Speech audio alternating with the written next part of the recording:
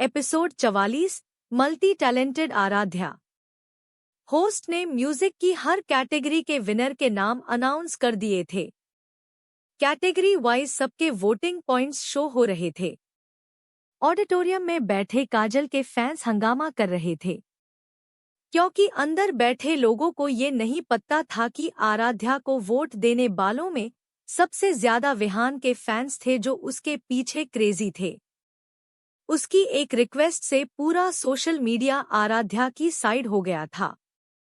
तब जाकर होस्ट और प्रोफेसर ने असली वजह पता करके जो स्टूडेंट्स काजल को सपोर्ट करने के लिए शोर कर देते उन्हें शांत होने को कहते हैं, लेकिन वो लोग और ज्यादा आराध्या को बुली करने के लिए हूटिंग कर रहे थे।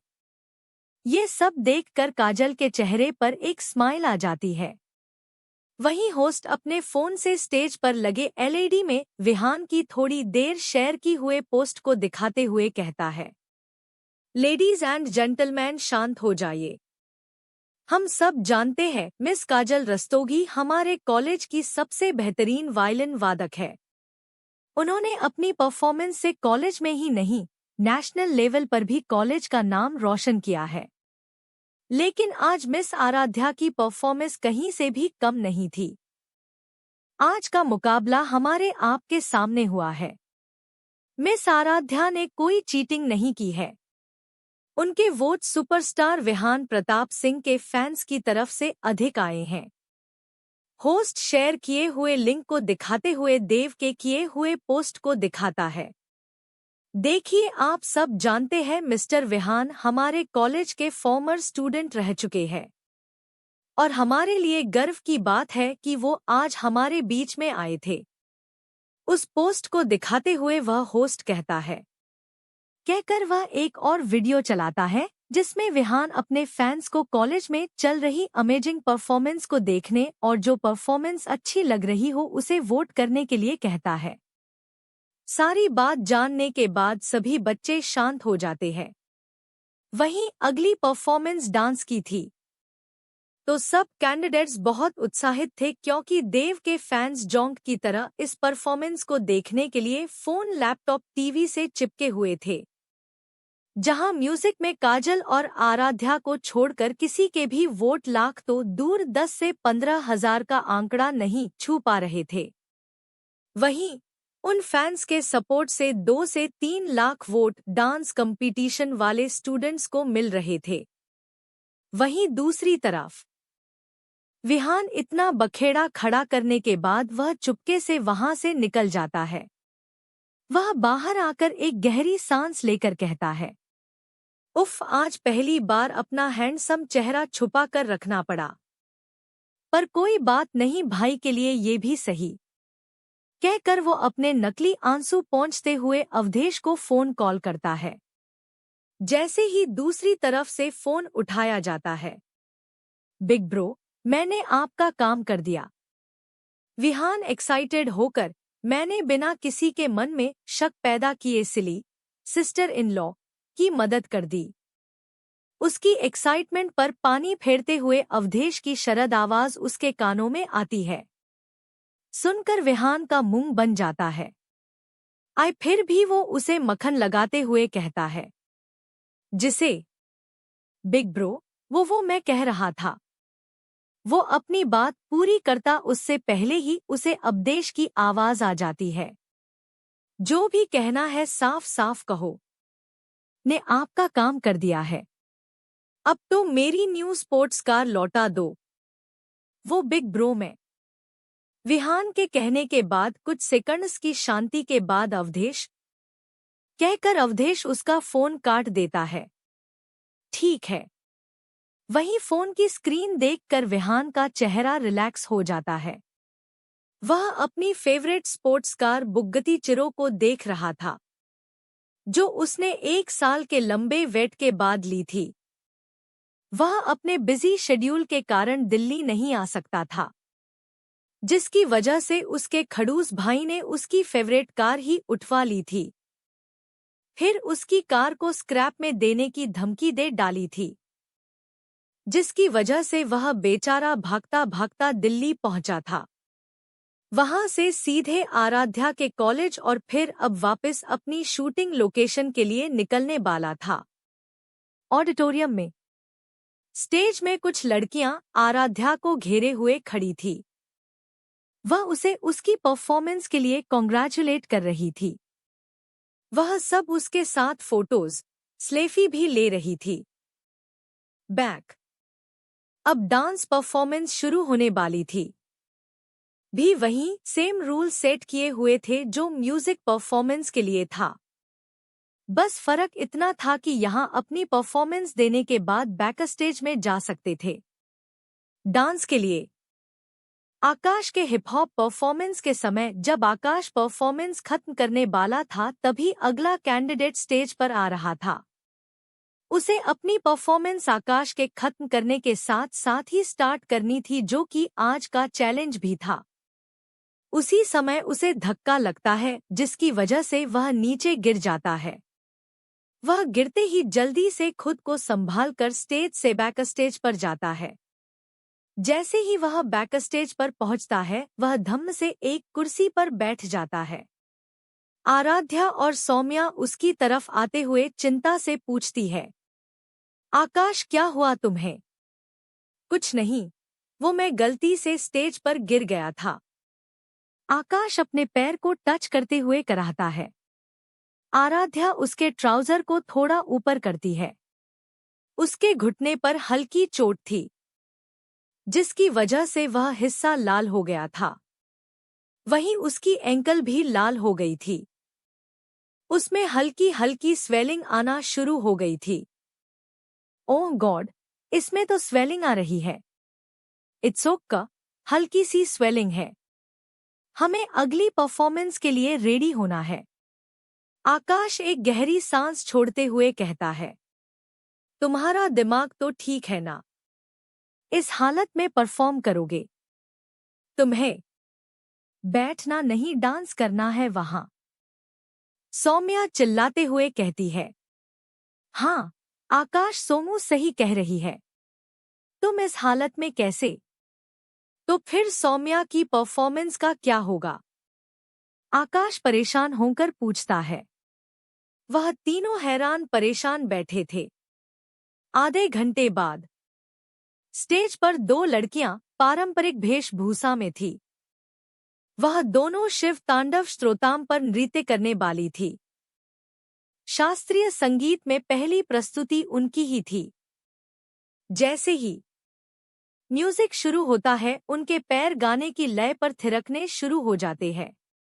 उनके पैरों में पहने घुंघरू की आवाज, चेहरे के एक्सप्रेशन, हाथों के इशारे, हर चीज ऐसी थी जिसने पूरे ऑडिटोरियम को बांध कर रखा हुआ था। हर पल बदलते हुए उसके एक्सप्रेशन बिग स्क्रीन पर दिखाए जा रहे थे। वहीं आराध्या के लगाए हुए नकली लंबे बाल का बना हुआ जुड़ा, उसकी आलमंड शेप आंखों में किया हुआ मेकअप, रेड ग्रीन कलर की साड़ी, सब उसे आकृष्ट का मुख्य केंद्र बिंदु बना रहे थे। इन दोनों लड़कियों की परफॉर्मेंस ने जो समा बांधा था उसके आगे आने वाली परफॉर्मेंस फीकी लग रही थी। वहीं जब होस्ट में परफॉर्म का नाम अनाउंस किया था तो ऑनलाइन देखने वाले सभी लोग आराध्या की परफॉर्मेंस देखकर हैरान थे। बहुत सारे लोग कमेंट्स कर रहे थे, she is gifted one. I never thought someone can be so talented. She is so much good in violin and her dance skills are fire. Oh God, both girls are amazing. Thank you my superhero Vihaan, आपकी वजह से हमें ऐसी performer देखने को मिली है। She is going to be next star. Oh God, her facial expressions are just wow. Another girl is equally talented as miss Aaradhya. Both are talented dancers. Internet पर हर जगह आराध्या छाई हुई थी। वहीं विहान जो शूटिंग लोकेशन पर जाते हुए इंटरनेट देख रहा था। आराध्या को सर्च लिस्ट में टॉप पर देखते हुए विहान के चेहरे पर स्माइल आ जाती है। मेरे खड़ूस भाई को तो खुश होना चाहिए जो मेरे जैसा हैंडसम भाई मिला है, वह खुद की तारीफ करते हुए कहता है। पर वो तो मेरी कदर ही नहीं करता है। वह केपटाउन में बैठे अहान को कॉल करते हुए अपनी तारीफ करना शुरू कर देता है कि कैसे उसने अपनी फेवरेट स्पोर्ट्स कार बुग्गती चिरो अपने खड़ूस भाई से वापस ले ही ली थी। वहीं अहान जो पहले से ही काम की वजह से थक चुका था, विहान की बातों से चिढ़ते हुए उसका फोन काटकर उसे ब्लैक लिस्ट में डाल देता है, क्योंकि वो जानता था विहान उसे तब तक पकाने वाला था जब तक वह अपनी शूटिंग लोकेशन तक नहीं पहुंच जाता। वहीं कॉलेज में सभी विनर स्टूडेंट्स को अवार्ड्स देते हैं। वह सभी बच्चों को उनकी परफॉर्मेंस के लिए बधाई देते हैं। आज का प्रोग्राम जहां आराध्या की लाइफ में गेम चेंजिंग होने वाला था, वहीं पर इतना अच्छा मौका हाथ से निकलने पर काजल का दिमाग खराब हो चुका था। एपिसोड 45 खालिद। आराध्या कंपटीशन के बाद कॉलेज से घर की तरफ चलने लगती है। सौम्या और उसने आकाश को सहारा देकर अपने साथ ला रही थी। वह कॉलेज ग्राउंड में थी जब काजल उन तीनों का रास्ता रोककर खड़ी हो जाती है, जिस पर आराध्या अपने राइट शार्प आईब्रो उठाते हुए उसे कहती है, इस तरह से हमारा रास्ता रोकने की वजह सीनियर। ओह है आराध्या, तुम्हें कॉन्ग्रेचुलेट जो करना था तुम्हारी आज की परफॉर्मेंस के लिए, काजल चेहरे पर स्माइल लिए हुए कहती है।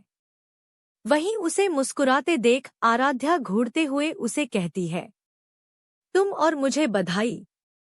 मजाक अच्छा है, अब जल्दी से मुंह खोलो, मेरा रास्ता क्यों रोका है तुमने? आराध्या की बात सुनते ही काजल नफरत भरी नजरों से उसे देखते हुए कहती है, लगता है कुछ ही मुलाकातों से मुझे अच्छे जानने लगी हो। अब जानती हो तो याद रखना, आज तो तुम विहान की वजह से जीत गई, लेकिन हर बार नहीं। अपनी हार का बदला तो मैं तुमसे लेकर रहूंगी। कहकर वह वहां से चली जाती है। You just wait and watch miss Aaradhya. वहीं उसकी धमकी सुनकर उन तीनों का मुंह बन जाता है। अच्छा हुआ मुसीबत यहां से चली गई। मुझे तो समझ नहीं आता वो खुद को समझती क्या है। रिलैक्सो से अपनी हार बर्दाश्त नहीं हो रही है। बस। आकाश की बात सुनकर सौम्या एक्साइटमेंट से कहती है, वैसे आदू आज विहान सर ने तुम्हारी बहुत मदद की है, तुम्हें इसके लिए उन्हें थैंक यू तो कहना ही चाहिए।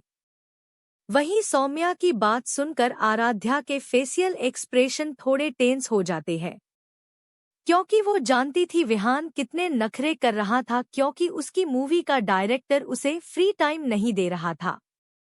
तो अचानक से उसका यहाँ आना इत्तेफाक नहीं हो सकता था। उसका एक ही मतलब था, विहान ने उसके लिए वोटिंग अवधेत के कहने पर की थी। एक वीरान पड़े खंडहर में घने जंगल में बनी एक पुरानी हवेली को बाहर से देखने पर खंडहर प्रतीत हो रही थी, लेकिन उस हवेली के अंदर आते ही सच्चाई अलग ही नजर आती है।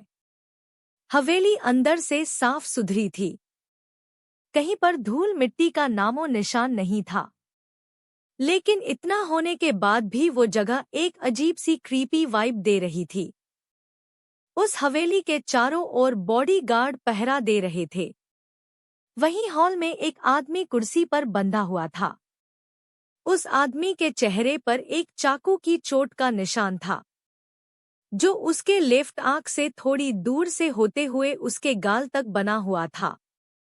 उसकी बड़ी हुए दाढ़ी, लंबे अस्त व्यस्त बाल उसको और ज्यादा डरावना बना रहा था।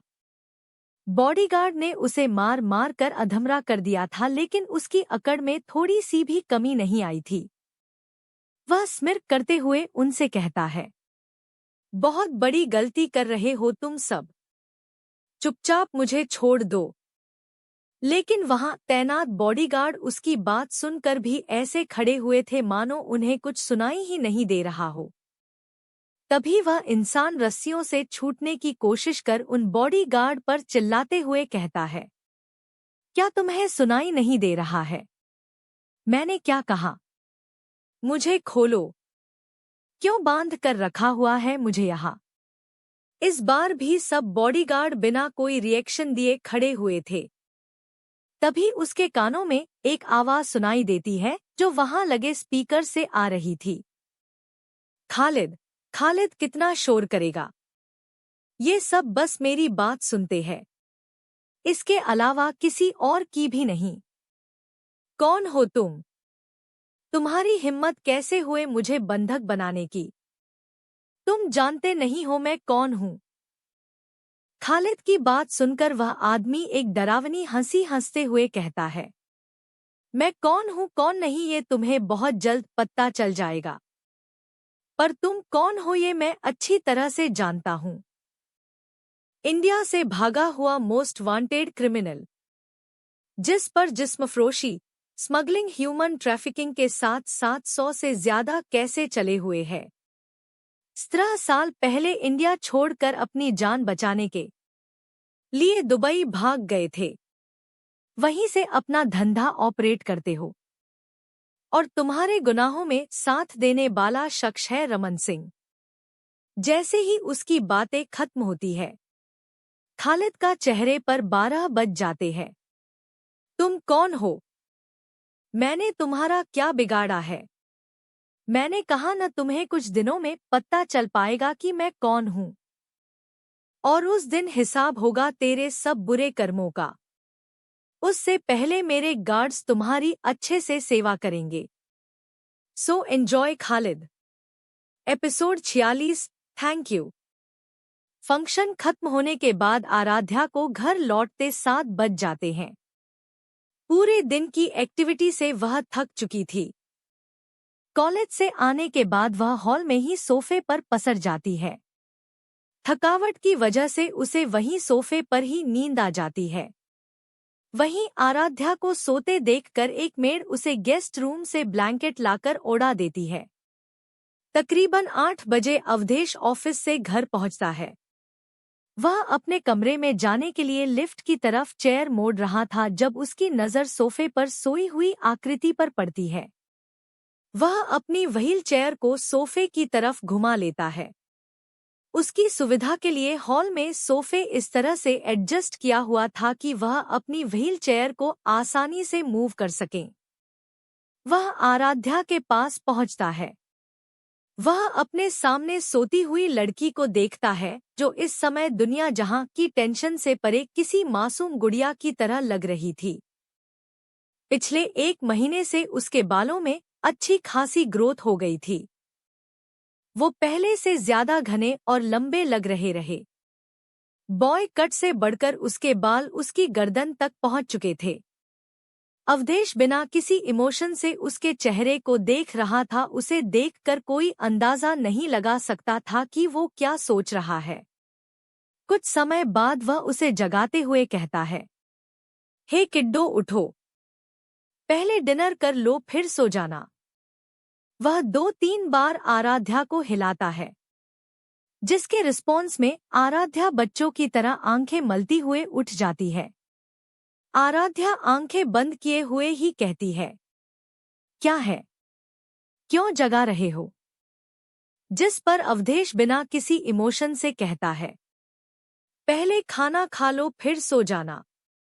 कहकर आराध्या एक बार फिर सोफे पर लेटने लगती है, जिसे देख अवधेश अपनी आंखें बंद करके गहरी सांस लेते हुए कहता है, किड्डो अब उठ भी जाओ। हम्मम, मैं उठ रही हूं ना मॉन्स्टर, बस थोड़ा थक चुकी हूं। आराध्या की बात सुनकर अवधेश थोड़ी देर बाद कहता है, अगर ऐसा है तो तुम थोड़ी देर खुद को गर्म पानी से भरे बाथटब में रखो, इससे तुम्हें रिलैक्स होने में मदद मिलेगी और तुम्हारी थकान भी कम हो जाएगी। कहकर वो लिफ्ट की तरफ चेयर मोड़ लेता है।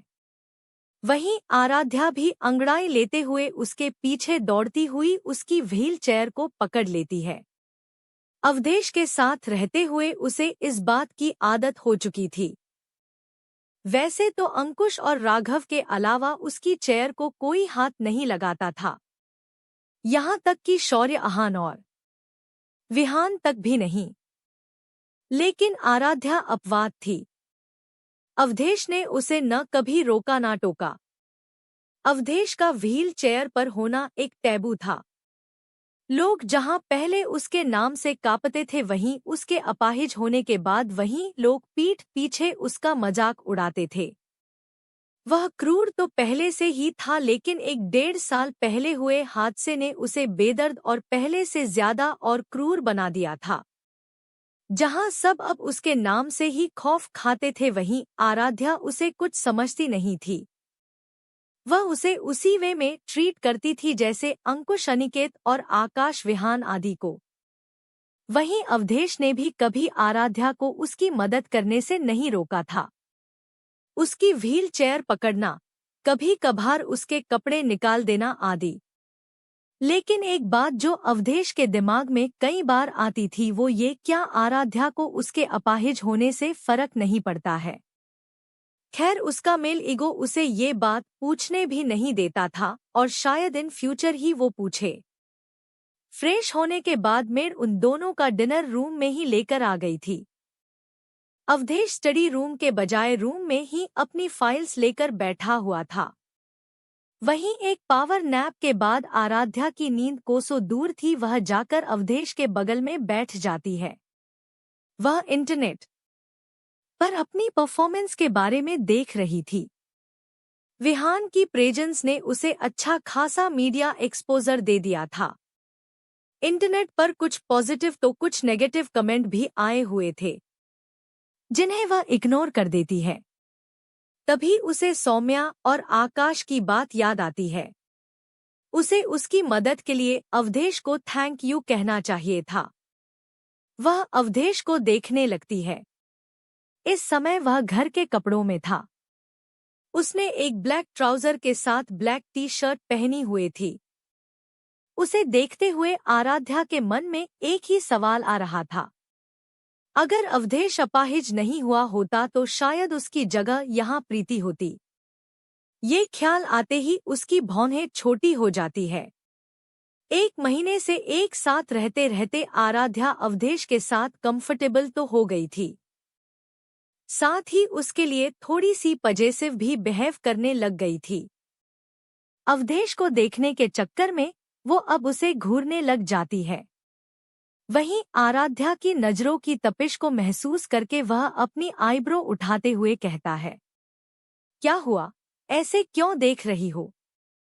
आराध्या अपनी उंगलियों को एक दूसरे में फंसाए हुए कहती है, वो मुझे कुछ कहना था, तो इतना क्यों सोच रही हो?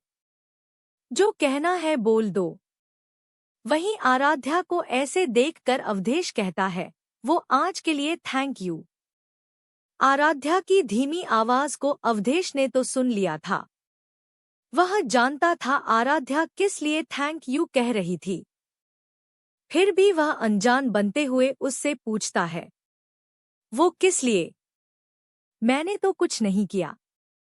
उसे अनजान बनते देखकर आराध्या नाक चढ़ाते हुए कहती है, मैं आज के इवेंट की बात कर रही हूँ। जिस पर अवधेश अपनी फाइल्स ने डूबते हुए कहता है। जिस पर आराध्या बेड से पिलो उठाकर उसे मारते हुए कहती है, पर मैं जानती हूँ उसने मेरी मदद आपके कहने पर की है। तो उसका आज फंक्शन में आना कोई इत्तेफाक नहीं था। के सवालों का अवधेश के पास कोई जवाब नहीं था। वह अपनी फाइल साइड टेबल के ड्रॉर में रख देता है। फिर वह आराध्या को टालते हुए उसे सोने के लिए कह देता है, आराध्या, आप इतना भाव क्यों खा रहे हो? जिस पर आराध्या गुस्से में कहती है, सिंपल सी बात है, आपने मेरी मदद की तो फिर मानने में क्या प्रॉब्लम है? कहकर वह एक बार फिर पिलो अवधेश के बाजू पर मार देती है। खड़ूस कहीं के। जिस पर अवधेश आराध्या को अपनी तरफ खींच लेता है, जिसकी वजह से वह अवधेश के ऊपर गिर जाती है। वह उठ पाती उससे पहले ही अवधेश उसे उसकी कमर से कस कर पकड़ लेता है। क्या कर रहे हो आप? छोड़िए मुझे। जिस पर आराध्या चिढ़ते हुए कहती है। उसकी बात सुनकर अवधेश उसकी कमर पर अपनी पकड़ और मजबूत कर लेता है। फिर सुबह तक तुम्हारी आवाजें ही कमरे में गूंजेगी। फिर सुबह तक तुम्हारी आवाजें ही कमरे में गूंजेगी। जैसे ही उसे अवधेश की कहीं बातों का मतलब समझ आता है, उसकी आंखें बड़ी बड़ी हो जाती है। वह खुद को उसकी पकड़ से निकालकर बेड के दूसरे कोने के पास जाकर सोते हुए बड़बड़ाने लगती है। थर की इंसान छोटी बच्ची पर नजरें गड़ा रहा है। शर्म नहीं आती क्या? वहीं आराध्या की ऐसी बातें सुनकर अवधेश अपनी शरद आवाज में उसे कहता है, मुझे सब सुनाई दे रहा है। आराध्या कंबल में मुंह छुपाते हुए कहती है, तो आपको सुनाने के लिए कहा था। वहीं अवधेश उसे इग्नोर कर सोने लगता है। लगभग आधे घंटे बाद उसे अपने करीब किसी की मौजूदगी महसूस होती है। ये आराध्या ही थी। वह उन दोनों वीडियो को अपने किसी आदमी को भेजकर एक ही मैसेज लिखता है। एक लड़का बार बार आराध्या के वायलिन वाले वीडियो को देख रहा था। उस वीडियो में आराध्या का चेहरा उसकी हुडी से ढका हुआ था। उस लड़के ने तकरीबन 10 से ज्यादा बार उस वीडियो को देख लिया था। वहीं दूसरा वीडियो आराध्या के भरतनाट्यम का था, जिसमें मेकअप की वजह से वह थोड़ी डिफरेंट लग रही थी। दूसरी तरफ मुंबई में कहाँ 1 महीना पहले वह अवधेश से दूरी बनाने के बारे में सोच रही थी। अब आराम से उसकी ही बाहों में सो रही थी, जो सोने के कुछ मिनट्स बाद ही अवधेश के पास पहुंच जाती है। ये उसकी यूजुअल हैबिट थी।